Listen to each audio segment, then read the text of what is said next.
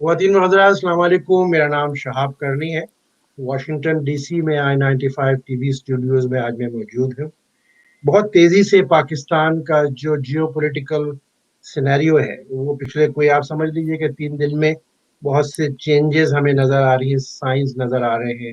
اور اس میں جو local stake holder, regional stake holder جیسے سعودی عربیہ ہو گیا، ایران ہو گیا، قطر ہو گیا، UAE ہو گیا، چائنا ہے، انڈیا ہے، اس کے حوالے سے کافی تیزی سے حالات چینج ہو رہے ہیں. تو میں نے کہا کہ اس سبجیکٹ پہ بات کرنے کے لیے موسٹ اپروپریٹ جو کوئی شخصیت ہو سکتی ہے ان سے میں ریکویسٹ کروں، اور آئی ایم سو گریٹفل کہ ہمارے ساتھ جو شخصیت آج جوائن کر رہی ہیں بڑے شارٹ نوٹس کے اوپر. We are deeply honoured. ان کا نام ہے، میں تعارف کراؤں گا اور کوئی چیز مس ہوگی تو میں ان سے پوچھوں گا کہ اپنے تعارف میں فل ان کریں. میرے ساتھ آج نرگس زہرا صاحبہ موجود ہیں. یہ قائد اعظم یونیورسٹی میں اور NDU جو نیشنل ڈیفنس یونیورسٹی ہے اس میں کورسز پڑھاتی رہی ہیں، IR یعنی انٹرنیشنل ریلیشنز کے اوپر، اور آج کل جو ہے وہ امریکہ میں ہیں. ہماری خوش نصیبی ہے. نرگس زہرا صاحبہ اپنا تعارف کرائیے اور اس کے ساتھ یہ بتائیے، بہت سے لوگ جو نئے ویورز ہیں وہ NDU کو نہیں سمجھتے، تو نیشنل ڈیفنس یونیورسٹی کا کیا رول ہے، اس میں کون لوگ آتے ہیں، تو اس تعارف کے ساتھ سبجیکٹ کی طرف آئیں گے. جی گو ہیڈ پلیز. جی السلام علیکم. Thank you so much. I'm really feeling honored to be on board with you now. National defence university جو ہے this is in Islamabad. It's one of the 7 national defense universities in the world, and I think there are only 2 universities which are catering courses for the civilians, and it's one of those also. So I had privilege of teaching at National Defense University IR department for like 6 years. اور جو reason تھی اس کے establishment کی، it was already a college جس میں جو military officers ہیں ان کو لانگ کورسز کرائے جاتے تھے، اور ایلائٹ جو کنٹریز ہیں وہاں سے بھی لوگ آتے تھے یہاں پہ پڑھنے کے لیے. لیکن وہ زیادہ تر سیکیورٹی اور ملٹری اورینٹیڈ کورسز ہوتے تھے. تو 2008 میں HEC پاکستان سے اس کا یونیورسٹی چارٹر لیا گیا تھا، اور کوشش یہ تھی کہ پاکستان میں سول ملٹری انٹلیکچوئل ڈائلاگ جو ہے لانگ ٹرم میں اس کو پروموٹ کیا جائے اور ایک پورا نیشنل نیریٹو جو ہے وہ جنریٹ کیا جائے in conformity with the national interest of the country. تو I think that was a commendable initiative, اور بہت بہت اچھی ڈسکشنز رہیں وہاں پہ. سویلین بیک گراؤنڈ کے بھی لوگ آتے تھے، مڈ کریئر پروفیشنلس بھی، فریش گریجویٹس بھی.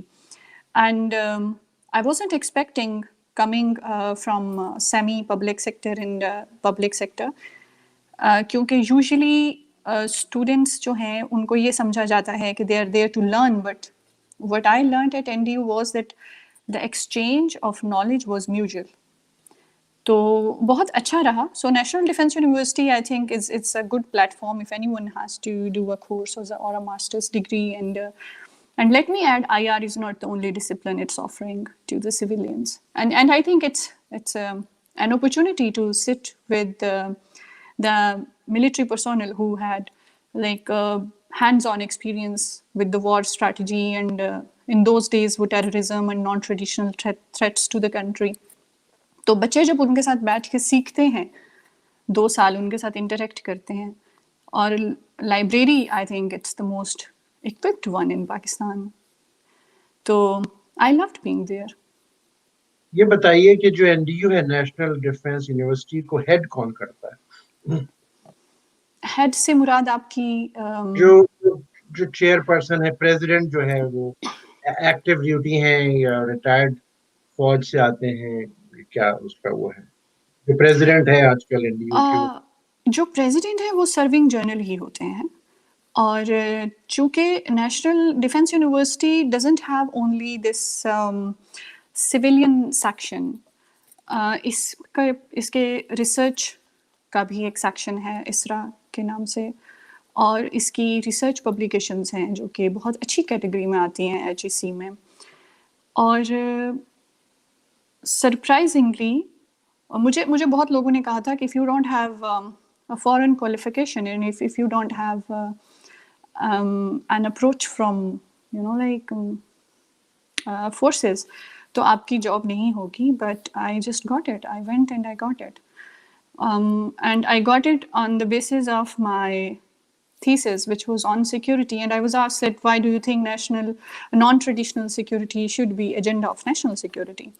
And I spoke there, and there were 16 people, اور اس میں politicians بھی تھے اور HEC کے لوگ بھی تھے, کچھ ایک دو retired, I think ambassadors بھی تھے in some capacity. So it stands for I think there is a college, there is a think tank, there is this faculty of contemporary studies, which then has 5 different departments. So, and administratively, this is headed by a serving journal. لیکن جو civilian section ہے, اس کا اپنا ایک dean ہے, جو کہ آج کل ڈاکٹر لبنہ عابد ہیں, as per my information. And she was serving at Qaid Azam University, one of my teachers also. تو جو آپ کا سویلین سیکشن ہے وہ ویسے ہی آٹونومس ہے جیسے باقی یونیورسٹیز میں autonomy آپ ہوتی کیا ہے. پڑھاتی رہی وہاں پہ؟ جی آئی آر میں I have taught theories and research methodology mainly, اور اس کے بعد نان ٹریڈیشنل سیکورٹی چونکہ میرا فیلڈ تھا تو میں نے انوائرمنٹ اور پولیٹیکل اکانومی پڑھایا. And for some terms I also taught contemporary Muslim world. تو میرا سوال اس وجہ سے تھا, این ڈی یو کا بیک گراؤنڈ, آپ کا بیک گراؤنڈ, آپ نے کیا پڑھایا اور آپ نے کن لوگوں کو پڑھایا, کہ جو بھی یہ چاہے وہ ملٹری سے آئیں, ایکٹیو ڈیوٹی سے آئیں, جو میڈیا کے لوگ ہوں یا جو سویلین سائڈ سے جو لوگ آئے, تو وہ پبلک اوپینین, پبلک پالیسی بناتے ہیں اور بڑا امپورٹنٹ رول پلے کرتے ہیں. اس لیے میں نے کہا کہ تاکہ ہمارے دیکھنے اور سننے والے بیک گراؤنڈ کو سمجھ جائیں کہ آپ کیا کرتی رہی ہیں ان سالوں میں, اور آپ سے جو میں اب سوال پوچھوں گا تو وہ کتنے کہنا چاہیے کنیکٹنگ دا ڈاٹ, وہ کتنے ریلیونٹ ہوں گے آپ کے جواب. جو اب ہم آتے ہیں آج کے حال کے سینیریو. کچھ عرصے سے, کیا بڑے سالوں سے ہم نے ایک ٹرم سنی تھی کہ آئل کنگز. اب آئل کنگز میں وہ شہنشاہ کا زمانہ تھا جب شاہ آف ایران کا حوالے سے تھا, اور سعودی عرب سے جو ہے وہ نیا نیا ایمرج ہو رہا تھا آئل کے حساب سے. ایران اور سعودی عربیہ میں بالکل I will be very candid, feel free to respond according to your comfort level, کہ یہ جو مسلم ورلڈ ہے یہ 2 مسلک میں بٹی ہوئی تھی اس زمانے سے, اور اس کے پیچھے جب آئل منی آئی تو یہاں پر ایک نیا ہم نے دیکھا ایمرج ہوا, خاص کر ساؤتھ ایشیا میں, کہہ لیجیے پاکستان میں, کیونکہ پاکستان اسلام کے نام پہ بنا تھا. تو ہم جب بڑے ہو رہے تھے تو ہم لوگ, کوئی بھی آتا تھا بزرگ, ہم جب واپس ہونے جاتے ہم کہتے تھے خدا حافظ. اب وہ کچھ عرصے سے یعنی 30 سال سے وہ اللہ حافظ ہو گیا. تو یہ کیا خدا اور اللہ کے درمیان ایک جنگ ہے جو ایمرج ہوتی رہی, اور آج ہم جو دیکھ رہے ہیں یہ division in the Islamic world on either whether it's defense, whether it's economy, whether it's different scenarios with respect to Pakistan. آپ کیا کہیں گے؟ آئل کنگز اینڈ اللہ اور خدا. اچھا آئی تھنک اور اس سے پہلے sorry not to interrupt you, میں اپنے آڈینس کو بتا دوں کہ میرے اور نرگس صاحبہ کے درمیان کوئی اسکرپٹ, کوئی ٹاکنگ پوائنٹ ایکسچینج نہیں ہوا. میں جو سوال پوچھ رہا ہوں میں نے ان سے کہا کہ میں پوچھوں گا, اور آپ اپنے کمفرٹ لیول کے حساب سے جو جواب دینا چاہیں گے. Am I correct? میں نے کوئی اس میں ویسے اسٹیٹ تو نہیں کیا. جی جی بائی آل مینس. جی اچھا دیکھیں ایسا ہے, میرا جو پرسنل اوپینین ہے that is, and let me add one thing in the beginning before I go ahead, that even at NTU when I was teaching, I did exercise, and I think everyone did, freedom of expression. So ہم لوگوں نے criticize کیا کافی policies کو, اور بڑا healthy criticism تھا.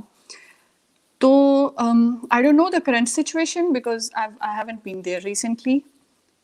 میرا ذاتی یہ خیال ہے کہ یہ اللہ اور خدا اور یہ جو سارا ہمارا ریجن ہے ایشیا کا, جس میں آپ ایسٹ ایشیا کو ہٹا لیجئے, ہمارا جو ویسٹ اور ساؤتھ ایشیا کا ریجن ہے, اس میں ہم نے بہت اکونومائز کر دیا ہے ریلیجن کو, اور اس میں پھر سیکٹیرین ایلیمنٹ بھی اوور دا جنریشنز ایڈ ہو گیا.